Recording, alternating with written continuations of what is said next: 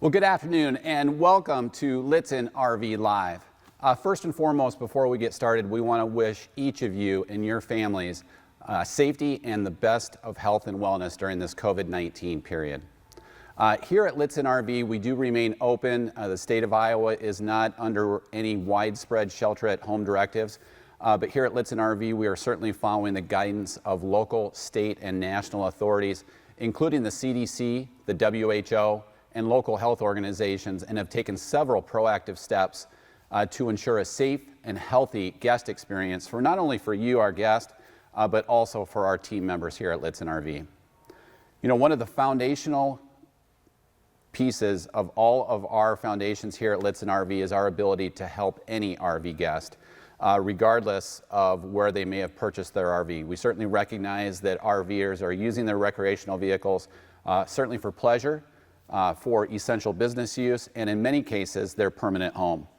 You'll never hear a Lichtsinn RV team member ask, where did you purchase your RV? Because certainly we just want to help anybody with their service, parts, and sales needs. With Winnebago not selling parts direct, our parts team's call centers have been and always will be here for you to support your RV needs during this time period and going forward.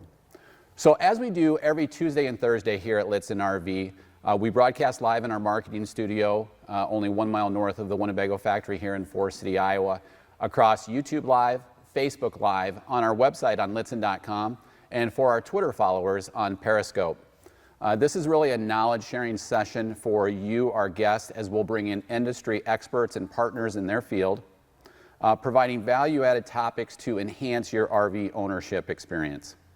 So today we're going to kick off with a great segment on service frequently asked questions. We've already had several questions that were emailed to us, so thank you for doing that in advance, and we're going to cover those first. If you are following us on any of the platforms we just talked about, just chat in your questions. We don't require any information from you to be able to communicate with you, and we'll cover your questions here today. We'll then migrate into our Why Winnebago segment, in which we talk about several different RV ownership benefits for you that you may not even know that you have. And then finally, we'll wrap up with our email and chat grab bag covering any question that you'd like us to cover today here at Lichtsinn RV.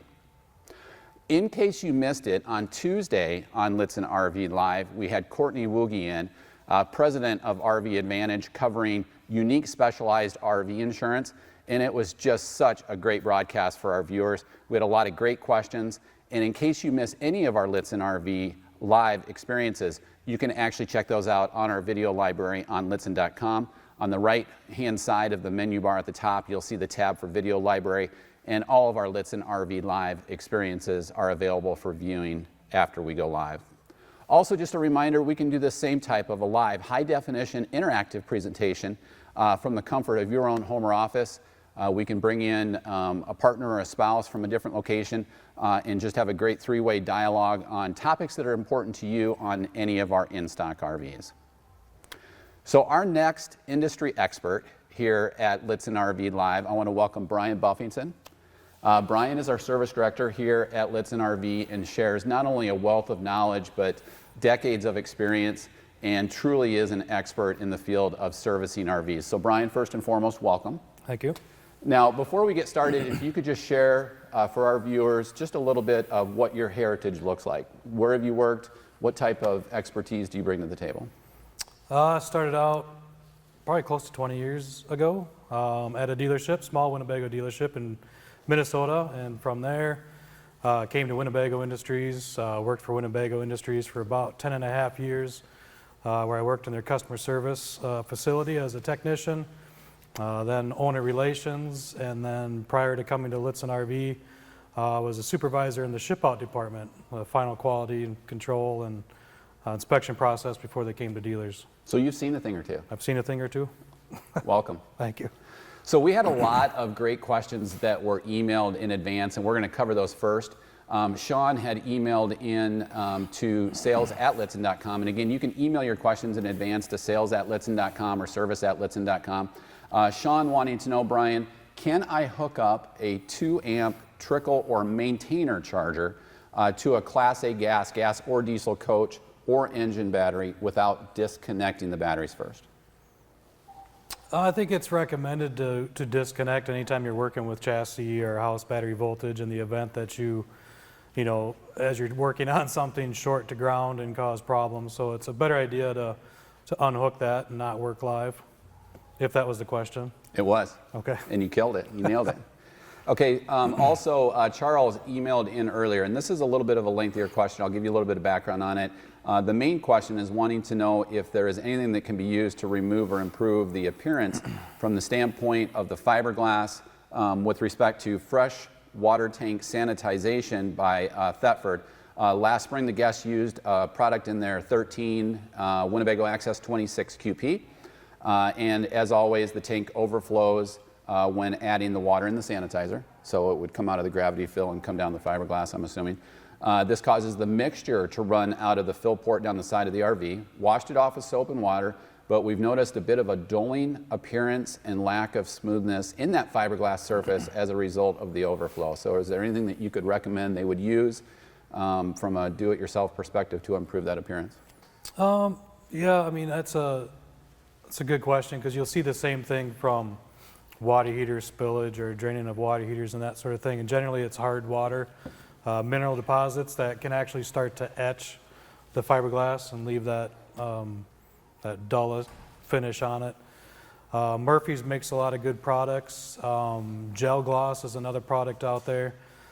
Basically anything rated for fiberglass surfaces is kind of what you're looking for.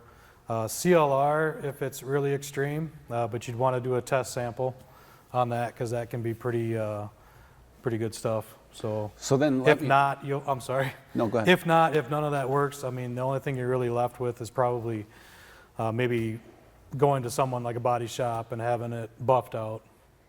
Okay, so just some great questions today, and thank you for those coming in. Next question, Jim on YouTube, Brian, chatted in and actually asked, recently I was driving on the interstate in a sustained 30 to 35 mile per hour headwind in a 2019 24-foot 6-liter Chevrolet Class C. Vehicle speed was 60 to 65 miles per hour on cruise. RPMs were running 3,000 to 3,300. Oil pressure gauge, temperature gauge, all read normal. Is this excessive for sustained engine speed for this engine? Obviously, the gas mileage suffered. So what are your thoughts on that RPM level? RPM level itself is probably not bad for the engine. It's probably more of a wear and tear. I mean, obviously, it's going to impact by, you know, performance issues like gas mileage, like you said. And then I would probably say harder on the transmission than I would say the engine at that RPM. But certainly with that wind speed, not abnormal. Not abnormal at all. Okay. No. Marion on YouTube with a great question. Has a 2018 fuse caulking in the shower where the surround and the pan meet has begun to come loose. How do I repair it? The biggest thing would be peeling all the old silicone out, cleaning it up really well, using rubbing alcohol to wipe it down before you reapply, and then just try to get as much sealant in that little crack and crevice there to kind of help hold it and bond it. But the key would be getting it cleaned up really well, and then using rubbing alcohol to get rid of any soap residue and stuff like that. Before resealing. Before resealing Yep. it. Yeah. Awesome. Ron on YouTube chatted in, when winterizing an RV using the air compressor method, so using the dry method, is it also necessary to charge the system with antifreeze? Not necessary, but there's a couple of things you have to do in addition to that, and your owner's manual does generally break it down both ways, whether you're using air or antifreeze. The biggest thing would be trying to suck a little bit of antifreeze up into that water pump. Yep. Or trying to run the pump dry. We always like to suck just a little bit of antifreeze into the pump to make sure the pump's protected. And then of course, antifreeze down the drains. Awesome. So these next few questions are right up your alley, because I know you're kind of a techno geek like myself. Let's talk solar. Okay. Solar panel installation, fiberglass roof. This comes from BPZ on Lichtsinn.com. Wanting to know what is the recommended manner to attach to a Winnebago fiberglass roof? That's a good question. We've done it really both ways that they recommend. Most ZAMP solar panels and most manufacturers that I've seen come with the mounting brackets that do have the holes in there so that you can screw down into the roof. I would say we do 98% of our installs that way, where we put a butyl tape underneath the pad, screw down to the roof, seal around and over top of that to protect it. We've also had a few guests who absolutely do not want any screws into their roof. And then we use a VHB tape, 3M industrial body panel tape, and we tape that down and we still seal over top of that just to help. And that's hold even it. still with a crystalline panel, Yes. not a flexi mat. Not a flexi mat, yep. Yep. So we've done it both ways. So follow-up question, same guest, wanting to know maximum height for solar panels. I have seen 12 inches off the roof to go over vents. What are your thoughts on that? It really kind of depends on the layout of the roof. I mean, most brackets come and they're only probably 2 inches off of the roof. The only time you try to extend that is if you were trying to maximize your square footage on the roof. So what if I told you there was a follow-up question and the guest said it was a 17 Spirit 27 QP? I guess really the main point is to not get it so high so as to Right. create a parachute effect. Yep, I mean, anytime, the lower the better in my opinion. Yep. That way we're not getting any air underneath of it. So. Okay. And then a follow-up question again, and thank you BPZ for that. Where can I access a drawing of my roof structure for my 17 Spirit 27Q? Sure. Winnebago, I mean, ultimately they have prints that'll blow that whole thing out for you so you can see from inside fabric all the way to the fiberglass on the roof, and detailed drawings on that. But Winnebago can get that for you. If we have all your vehicle information, we can certainly look that up too. Awesome. Chris chatted in on Lichtsinn.com. This is certainly a timely question. With the scarcity of bleach, are there any suggestions you might have for alternative sanitizers for freshwater systems? That's a good question. I mean, the bleach is the best for sanitizing. Another household product that you could use that would help break down any sort of interior contaminants would be vinegar. But I mean, bleach by far is what's recommended to sanitize your tank properly. Awesome. Andy on Lichtsinn.com, wanting to just understand a little bit better. We touched on this in a previous Lichtsinn RV Live, such as the coach that we have off to your right, which is a new 2020 Winnebago View that has a 2,000 watt pure sine wave inverter.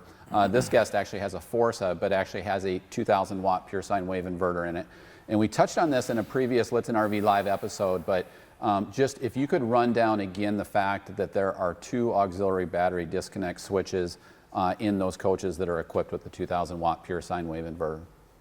Sure. I mean, like the 2020 Views now all come with a separate inverter disconnect, which is a dial rotary switch is right inside the door. And that is there because they're wiring directly to the battery. Previous model years, how they did that is they still wired directly to the battery, but the inverter itself was controlled by the interior display, if you will, and would not turn on. In this case, they're going directly to the battery, which is a good install. It's just they provided that extra disconnect. So the coach battery disconnect kills power to the coach, you know, and everything else in it, but because it's wired direct, they have to have that extra rotary switch. Awesome. Another good question. MT on Lichtsinn.com, with a diesel engine, how would you recommend the engine be broken in? Really, I mean, we kind of recommend the same thing on all of the motorhomes that are leaving our dealership. And it's varying the speeds when they leave here. The best break-in period, in my opinion, is, you know, like a 1,000-mile break-in deal where we're not towing a vehicle. We're not getting on the interstate and setting the cruise at 70 and just going. Generally what we tell people when they're leaving here is to try to vary their speeds. You can use cruise control, but try to vary that once in a while. Really trying to seat those cylinders. Really trying to seat the cylinders, and then, you know, just getting off the interstate on a off ramp and then getting back on again, you know, just to kind of see different RPMs and that sort of thing. Brian, Paul on YouTube chatted in, can I upgrade my house batteries to lithium? Yeah, for sure. When we do that a lot here, there are some things that you have to take into account. I don't know what kind of motorhome you have, but it's generally going to take a different converter to charge that lithium battery. The other thing that Winnebago does is they generally tie the chassis to the house when you are driving down the road to charge your batteries, and so we have to take that into account and either disable that feature, or they make a lot of components that will effectively charge that lithium battery without overdoing it. Awesome. Frank on Lichtsinn.com chatting in on a 2020 view. Is it challenging to remove the stabilizers? Is it recommended that a service department do it? What are your thoughts on that? So the rear electric stab jacks in the rear. Sure. Is it hard? I would say not. You know, depending on what kind of tools you have, I suppose. We've done it here a lot when we install our HWH leveling systems. It's really just getting up in there and unbolting it. It's fairly heavy. You remember what they weigh? They're like... It saves, I believe, roughly around 50 pounds. 50 pounds. And they're not difficult to take out if you have the right tools. They're just kind of, the mounting brackets are up and behind that back cap, so it's a bit of a stretch, but not bad. A good question from Mark on Lichtsinn.com, Brian. When should you not have the inverter on using solar and lithium? Really, when you're using solar and lithium, I'm assuming you're talking about boondocking or dry camping. Right. And really, I guess if you're trying to conserve battery power, if you're monitoring how much battery life you have left, the lithium options in this view come with you can get an app that you can watch kind of your state of charge. And so really, ultimately, if you're trying to conserve and you're just not getting enough solar, then I would turn your inverter off if you're not using it, because that does draw.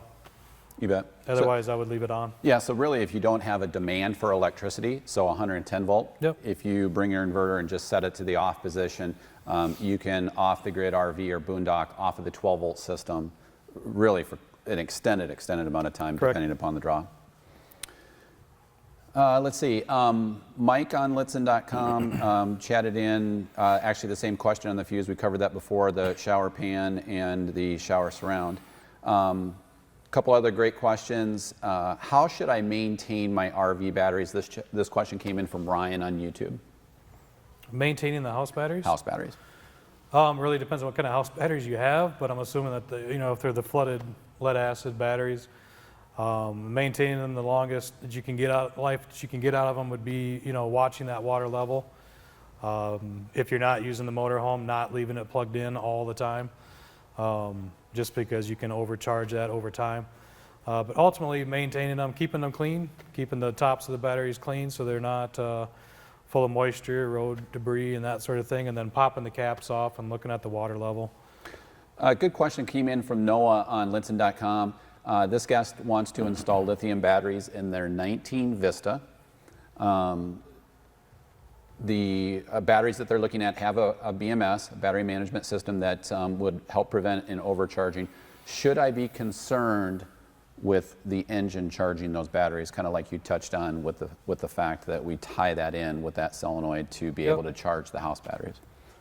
Yeah, and the short answer is yes. You should be concerned, and you can call me at any time and I can kind of go through what has to be done, but we would need to change that momentary solenoid.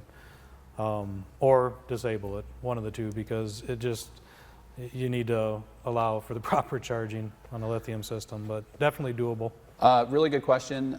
Kent on Lichtsinn.com just chatting in, what should I do if my holding tank readings are not reading accurate? And I'm guessing in this situation they're probably probes and not the true level sensors. Yeah, it could be probes. It could also be true levels.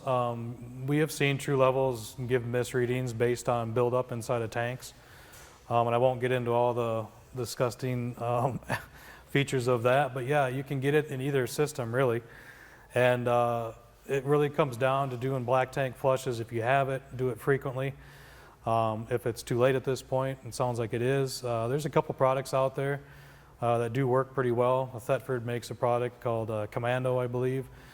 We've used that here. You just let it sit. Everybody's heard of the old ice cube trick and driving down the road. But yeah, basically it's just going to take a lot of time of keeping that tank full and get some cleaners in there and trying to clean it out, but it's doable. Excellent, and great questions today, and thank you all for chatting these in. Couple of follow-up questions, and I think what we'll do at this point is transition into our next Why Winnebago segment. And these next couple of questions I think I'll be able to handle without Brian's assistance, but you can always bail me out. Guest chatting in wanting to know if we will be selling and servicing Newmar RVs, and we will absolutely be servicing Newmar RVs at this point. We don't have the plans to sell Newmar RVs. Next question came in from a guest. We had touched on breaking in a diesel engine, and we had touched on the fact that we really try to capture that 1,000 mile break-in period to vary your speeds, to seat those cylinders, avoid towing if possible. And that's really kind of the underscore, is if possible. If that's your primary method of travel here, we can certainly coach you on what you really should be doing to properly break in that engine once you leave Lichtsinn RV. So really just some great questions today. And as we have upcoming Lichtsinn RV live episodes, when you receive that email notification as to what that topic is, if there's something that you want us to cover, just shoot us an email at sales@littsinn.com, service@littsinn.com, or even my personal email address, ron@littsinn.com, and we'll cover those questions live in our next Lichtsinn RV live episode. We'll also open up the airwaves here in a moment after we cover the Why Winnebago segment and just wrap up with the email and chat grab bag. So as we transition into our Why Winnebago segment, really the goal here is to provide you some knowledge and some tips that you have being a Winnebago Industries owner to enhance your RV ownership experience. So in our next Why Winnebago segment, I want to welcome Hannah Lunning. Hannah is one of our RV sales managers here at Lichtsinn RV. And today, Hannah is going to walk us through the one-piece fiberglass laminate block foam roof from Winnebago Industries. So Hannah, thank you for joining us. Thank you very much. Well, obviously, the way that a roof is constructed is just integral to the long-term integrity of an RV.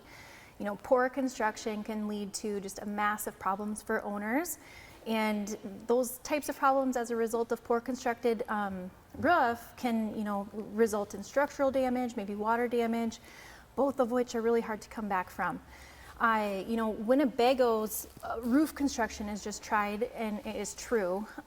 We have had the opportunity as a group to go out and tour the plant and really just get a good feel and see the process in place at the factory. And it's kind of an engineering marvel, if you will. What they do is they have got their top layer. This is a great example that I'm going to kind of just highlight the different layers. The top layer, so fiberglass top layer, they sandwich all of these pieces together. They've got that block foam insulation, and then inside of that you can see the little cutout. The structural components of this are all metal, so the aluminum structure is in there, and those are also trusses that go along the length of the roof. And then on the bottom of that, you've got the interior sheathing. So you've got this sandwich, and then Winnebago will actually run it through and process it through calibrated big rollers. And so in between each one of these layers, there's a special adhesive that when it goes through these pressurized and calibrated rollers, they adhere, and the end result is this just awesome, lightweight, really super strong structure. And so they work that into the whole build, and it's just fascinating because Winnebago has got interlocking joints as part of their superstructure. The wall construction is very similar to, as far as the process is concerned, is similar to the way that they will manufacture the roof. So they'll put these pieces together, they lock together, and you just get this incredibly strong structure. The comparison then would be, you've got competitors where Winnebago can create a full shell. Competitors actually have to insert walls in order to actually hold up a roof or help with the integrity of the actual structure itself. As we kind of compare and contrast what Winnebago is doing against what other manufacturers are doing, you will see that other manufacturers might use wooden trusses as their support rather than the metal interior. In between those wooden trusses, they'll have maybe a bat foam insulation. So over time, not only are you seeing some settling, but you're also seeing just the integrity of the R values diminish, maybe even the integrity of those wooden trusses that they're using as support fail, rot away. And then the other part to that we see with other manufacturers is that they'll, vacuum seal rather than have the fiberglass top, they'll vacuum seal. And so the fear with that is that as time goes on and you lose integrity of that roof, it's susceptible to water penetrating the roof and then just leading to all sorts of structural damages and that kind of thing. So I guess just as you compare that, what other manufacturers do against what Winnebago does as far as manufacturing the roof and sidewalls, there's just a great difference and Winnebago's far superior to what other people are doing. So can you see my wife over there? She's smiling right now. Yeah. Because in our home in Minnesota, I actually stepped through that bat foam in our new home through the drywall. So she knows what bat foam is, kind of the stuffing in an attic, that type of thing. So you're not off the hook with questions. Okay. So we have a couple of great questions that came in. Jatwa on Facebook wanting to know what maintenance should I be doing on my fiberglass roof, on their Winnebago Vista. So what you should really be doing is at a minimum getting up on that roof twice a year to inspect the seals. As far as seals are concerned, what you're looking for is the silicone around, anything that really penetrates that roof. There's going to be a bead of silicone around that, and so you want to just make sure that the integrity isn't compromised. So if it looks like it's peeling up or if it looks like it's dry or cracking, that would be time for you to address it and replace that seal. And this is a really good cutout. Rhonda, if you want to zoom in here, you can actually see the cove. This is actually the roof cove, and it comes into the rail, and then there's one bead of sealant that runs the perimeter of the roof, and that's really what you're looking for, as well as any of the permeations that you may have done in the roof with respect to, say, a roof vent, an air conditioner, that type of thing. So great question. Follow-up question on that then comes from Laddie on Lichtsinn.com. How do I know what sealant to use? Winnebago has a great resource. They actually have a sealant call-out sheet on their website, and so I would just advise you to refer to that because I think you'll find the answers that you need on that call-out sheet.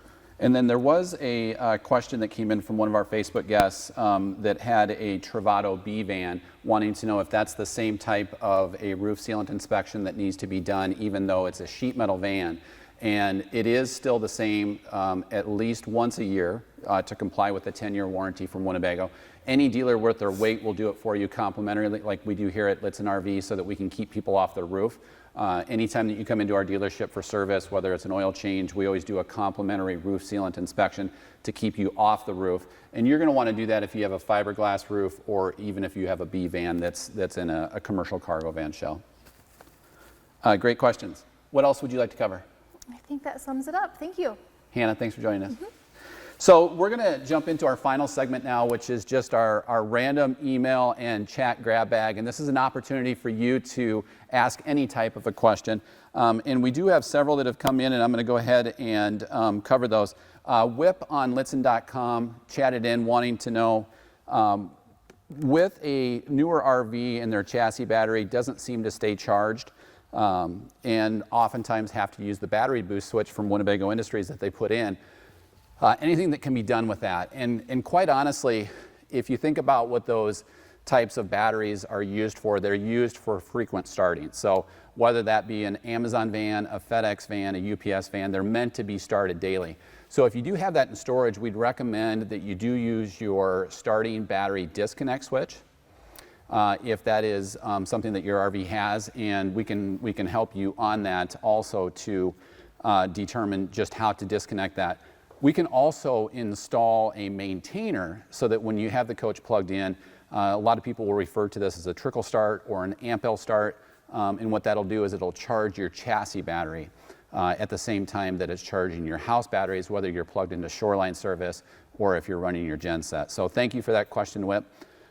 Jen on Lichtsinn.com chatting on, is it better to use the electric option for heating instead of propane if you're plugged in? In other words, should you only use propane for heating if you don't have access to electricity? We certainly recommend anytime that you can conserve LP, certainly do so if you have the electric option. If you're referring to a coach that actually has an integrated AC heat pump, just be aware of the fact that that's not going to keep your basement warm, but most of the thermostats that are in Winnebago RVs then have an override so that if the temperature does drop and your AC heat pump cannot be used, it'll actually kick the furnace on once it drops 5 degrees. If you have a Truma Combi system, if that's the type of RV that you have, certainly use your electricity if it's going to keep up, and if you need that boost, then run the LP side. Greg chatted in, what cleaners should you use on the roof, along with how often should you inspect and clean the roof? This is a 2019 View model. Greg, I'm guessing that you're probably off the course right now. I think if this is the Greg I'm knowing, he is a caddy on the Champions Tour, for a Champions Tour.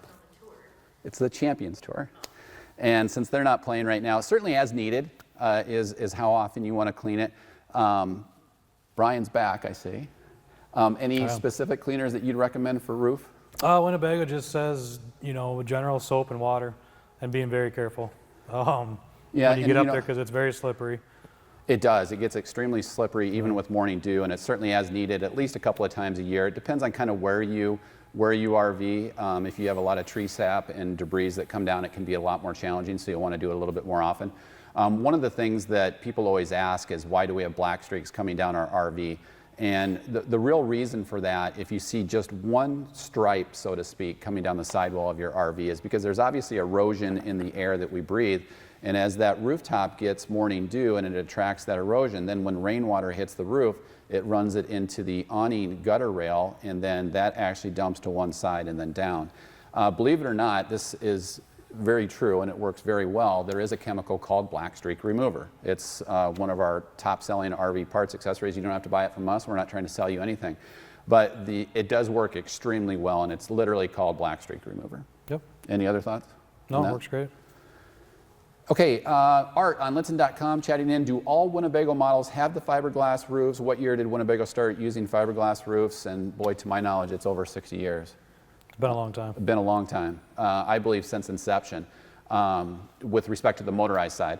Now, we do have in some of our more affordable price points, we do have a die-core roof, which is actually a membrane over that same laminate block foam construction that Hannah just walked you through.